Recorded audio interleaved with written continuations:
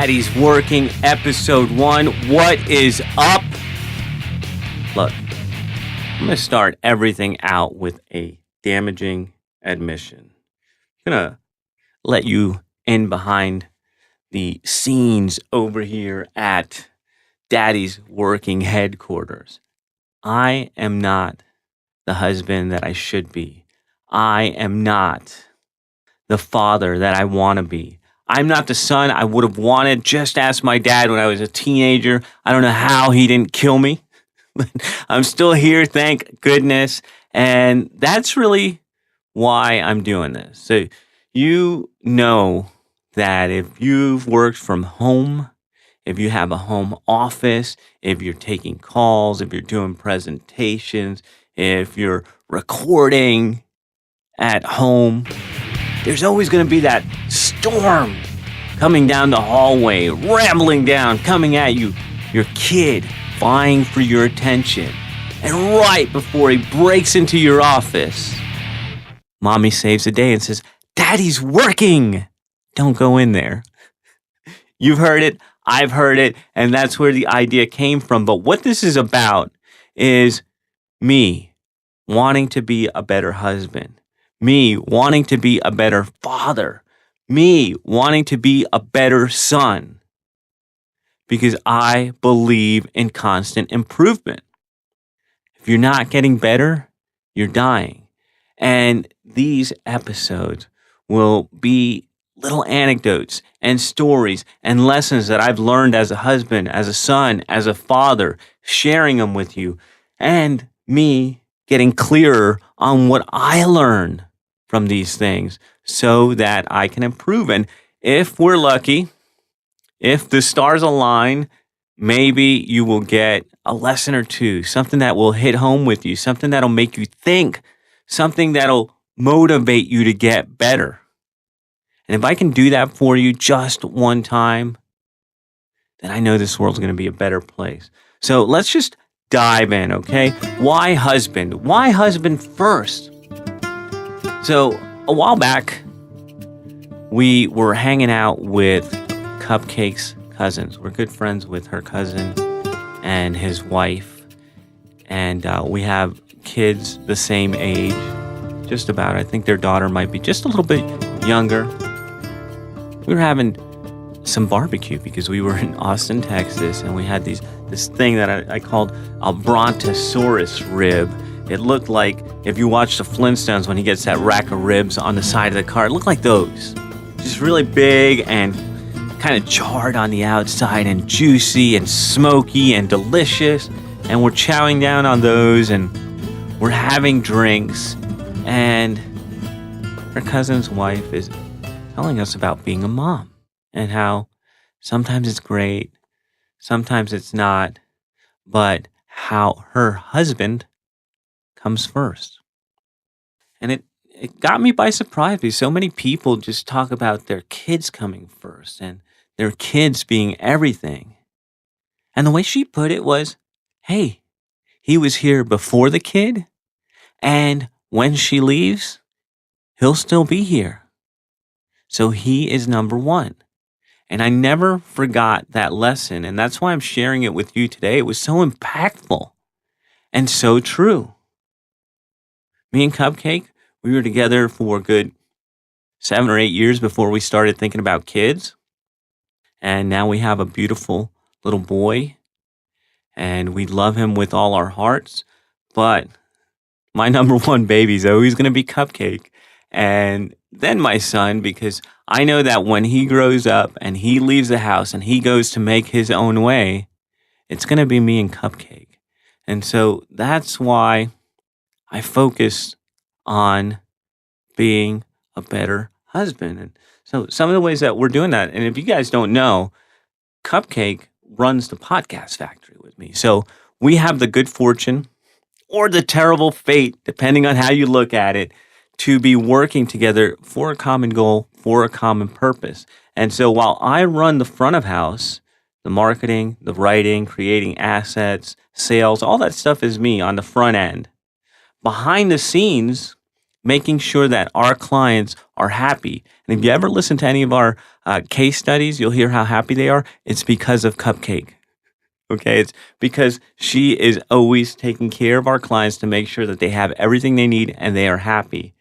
She also does the same thing with our team. So she makes sure that our delivery is taken care of so that everybody is moving forward towards the goal. And look, this is a thing that excites me about our lives right now. A lot of times we are the only husband and wife team at stuff for our kids. So we go to the meetings, we pick them up, we drop them off, and we are almost exclusively the only husband and wife team everywhere. And people wonder, well, how do you do it? And this is how we do it. This life that we created, this business, this mission of helping people has provided a life where we get to be that husband and wife team for our kid, and we get to wake him up every morning. We get to spend precious time with him because, look, they grow up fast. You don't want to miss it. In the blink of an eye, kid's already big and doesn't like you and got an attitude, and so we want to enjoy this time, and that's what we built here. And so you too, think about it. Are you communicating with your wife regularly? Are you guys on team? Do you share a mission? Are you taking date nights? Is she number one? All things that can improve your relationship and make you that husband that you should be. And that's what I'm doing right now. And so this is really, it's not to lecture you, but it's a reminder to me to do these things so I can be a better husband.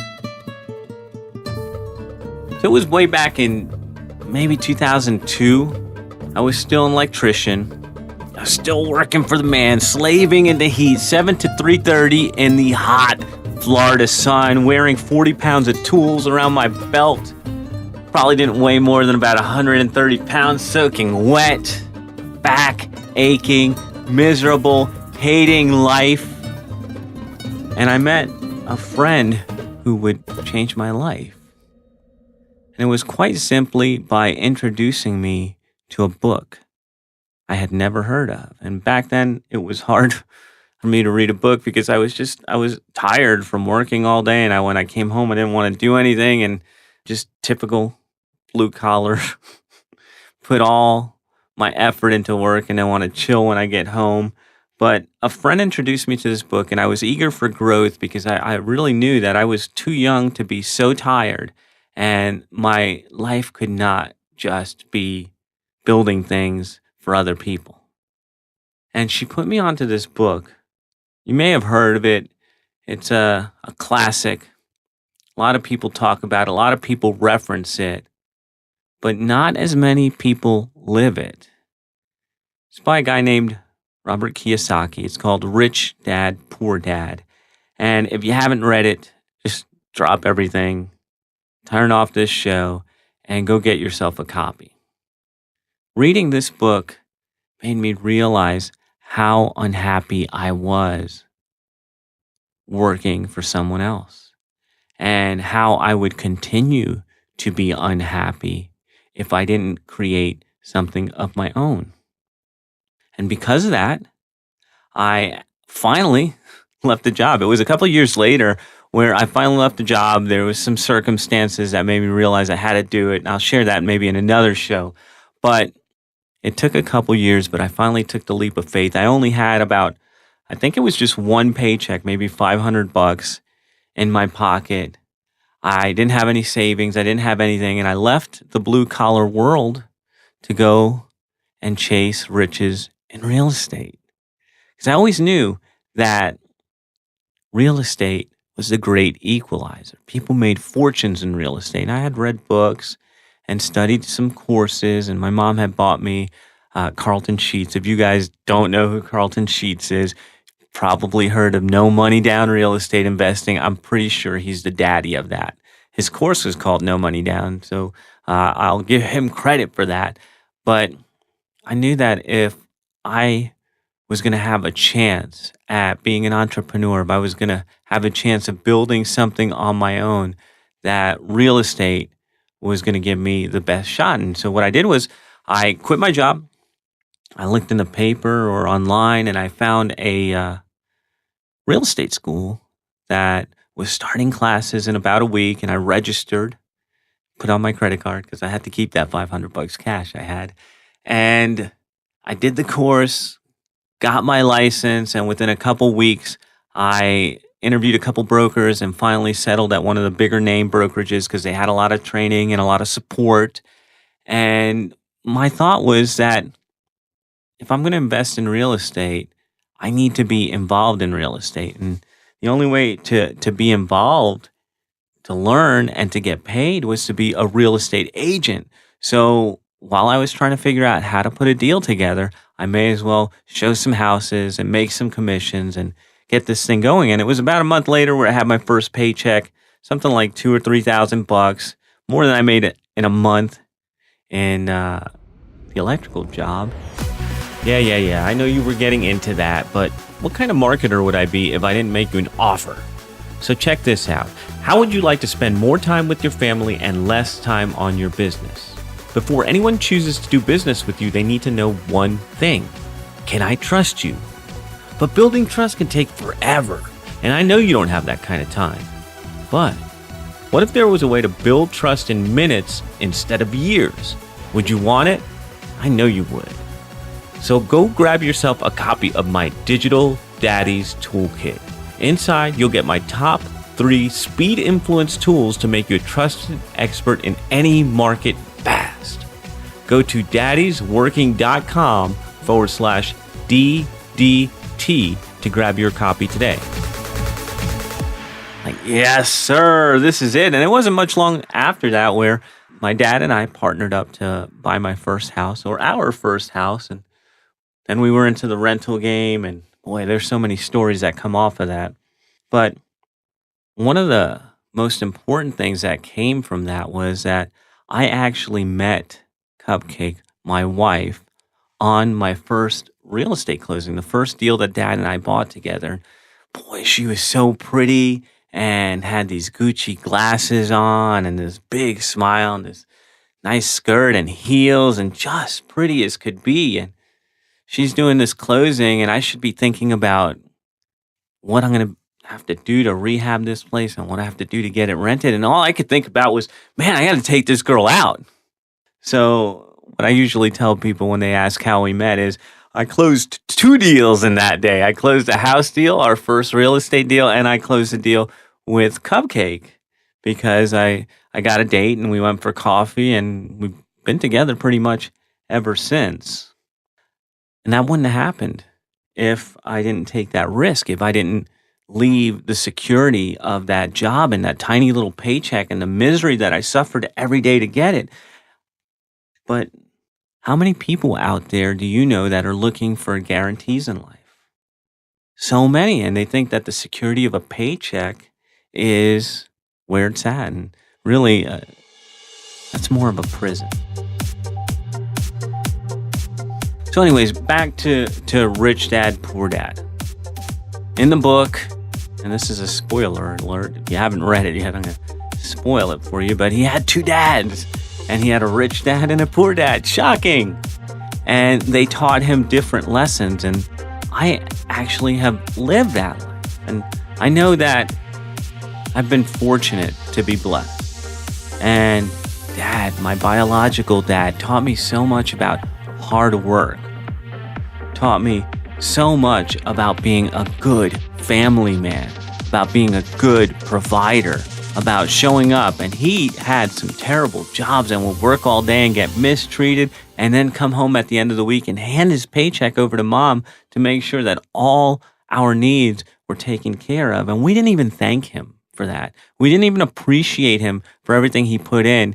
And that's one of the reasons I say that I'm not the son that I would have wanted, because I want my boy to appreciate everything that I'm doing for him, and I want him to see it, and I want him to understand it, and I want him to appreciate it and value it.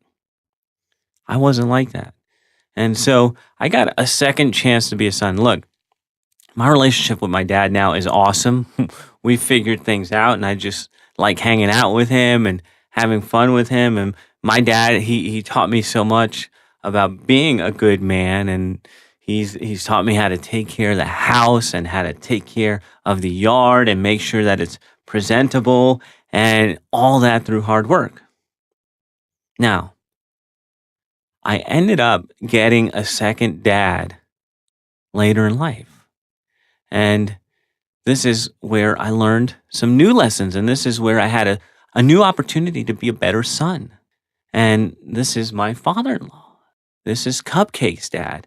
And this guy has taught me so much about planning, about being prepared, about thinking ahead, about taking care of business. And look, both him and my biological dad have taught me about hard work, and they just do it differently.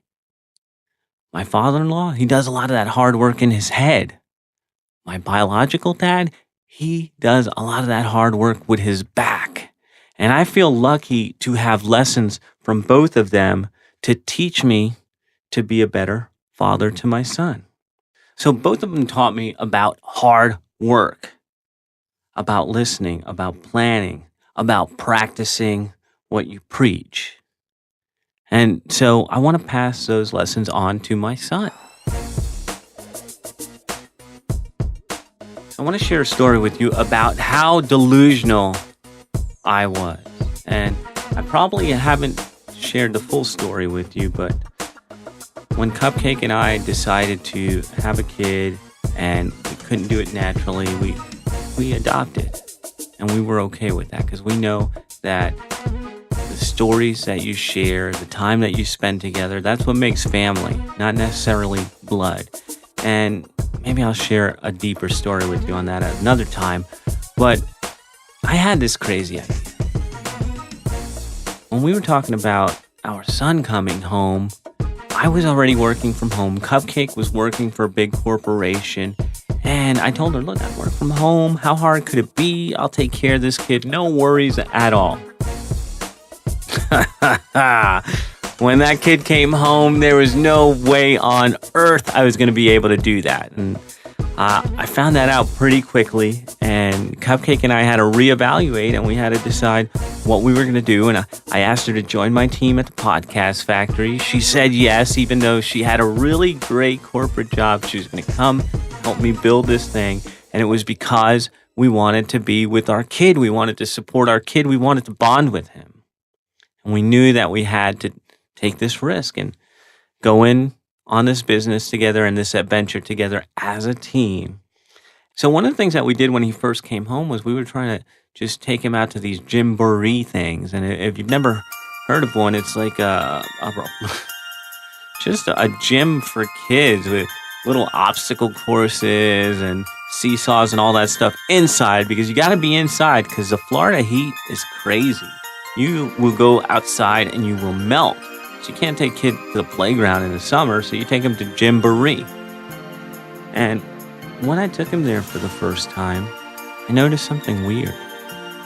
There were a lot of dads there with their kids, and I was really expecting to see more moms there. And to my surprise, there was more dudes than there were women, these fathers with their kids. And I was like, oh, cool, this will be all right. Till I heard those fathers talking to their kids in these soft voices and cheering them on and doing all this weird stuff that I don't remember my dad doing. My dad was a lot tougher on me, as I recall it. And I thought, what is going on here? When did men stop being men? And why are these... And look, hey, it's cool, I guess. Gender roles are reversed. It used to be the man going out to work, and now the woman can earn more money. And hey, I get it. But what happened to being a father, being a man, being a strong figure in your child's life? A kid doesn't need two moms. A kid needs a mom and a dad. And we are different. Men are different than women, and men have to give their children an example of what a strong father figure is like. And with these guys prancing around with their high voices and all this stuff. I was disgusted. I was ashamed to be there. So ashamed that when I got back, I told Cupcake, I'm never taking him there again. I don't even want him around these faux dads. I don't even know what to call them because they were not acting like men. And so that's one of the things that I'm noticing now is these millennials who need safe spaces, who are weak, who have these emotions, who have all these feelings, who are entitled, who think they deserve everything just because they're special little snowflakes. No. My kid's not growing up like that. That is not the kind of dad I'm going to be. That is not the kind of kid I'm going to raise. I'm going to show him by example what a man is like. I'm going to be there for him, and I'm going to be strong while still teaching him all the important lessons that my dads, my two dads, my rich dad, poor dads, taught me, plus the things that I have learned on my own. And so if I haven't lost you making fun of Gymboree dads, then you know that you are in the right place. And so this is why I'm doing the Daddy's Working podcast. I want to be a better husband. I want my wife and I to be on the same team, working to the same goals and making our dreams come true. I want to be a better son. I want to learn from my dad.